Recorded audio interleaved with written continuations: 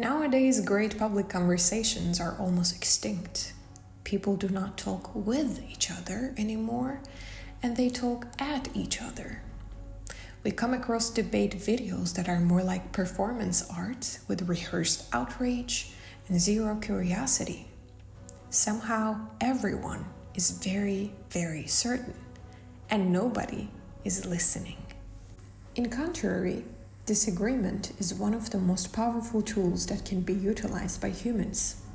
When it's done well, it expands perspectives and adds value to our lives. When it's done poorly, though, it turns every discussion into a dumpster fire. Where did we go wrong, though? Arguing is a skill, like playing piano or knitting. It requires practice, patience, intention, and respect. Now, disagreements begin faster than ever.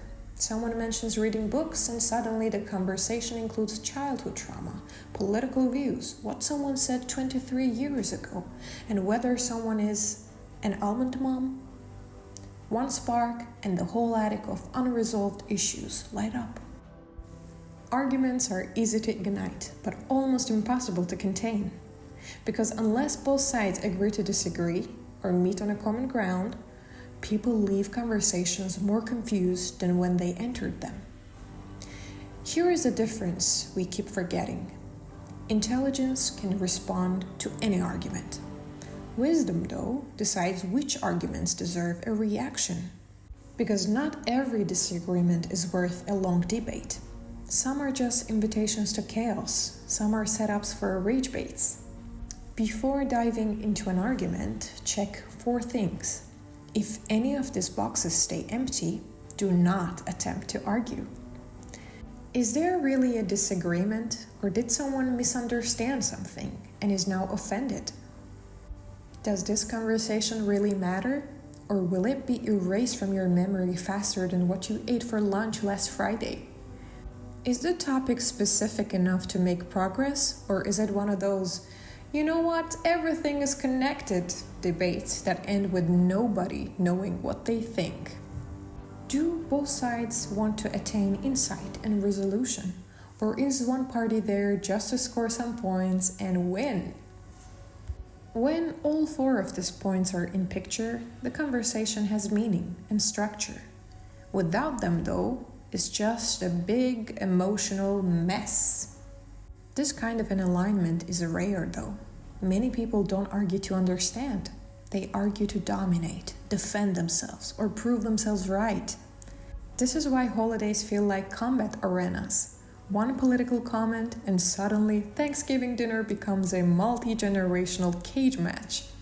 The topic starts with inflation and ends with accusations about life choices, money mismanagement, and who owes you money from 2020. So, use these 4 points as a shield. Name the conflict. Define the boundaries. Agree on the purpose. And remember, the goal is never to exercise an emotional cardio.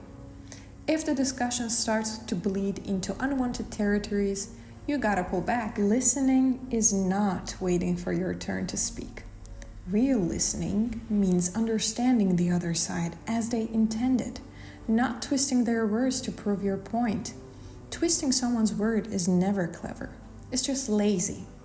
And it makes the other person to stop caring. A powerful secret is to respond to the strongest version of their argument. When both sides lift each other up, the conversation feels less like a shouting match and more like a shared construction project. Bricks, not grenades. Excellent debaters prepare both their side and their oppositions. They envision losing. They look for defects. They ask, what would someone smarter than me say right now?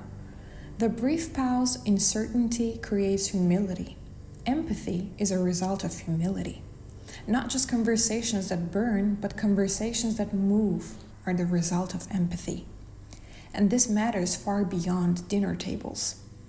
Identity is treated like armor in today's politics.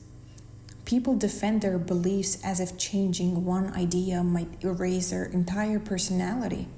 However, people are more than their affiliations. No ideology owns the full truth of any person. Side switching cracks open the walls and lets nuance in. And once nuance enters, everything changes. Disagreement isn't the enemy. Bad disagreement is, though. Good disagreement tests ideas. It sharpens your mind. It reminds you that multiple truths can exist. We don't need fewer arguments. We just need better ones. Arguments with intention, with boundaries, with humility. Arguments that ask, what can we learn?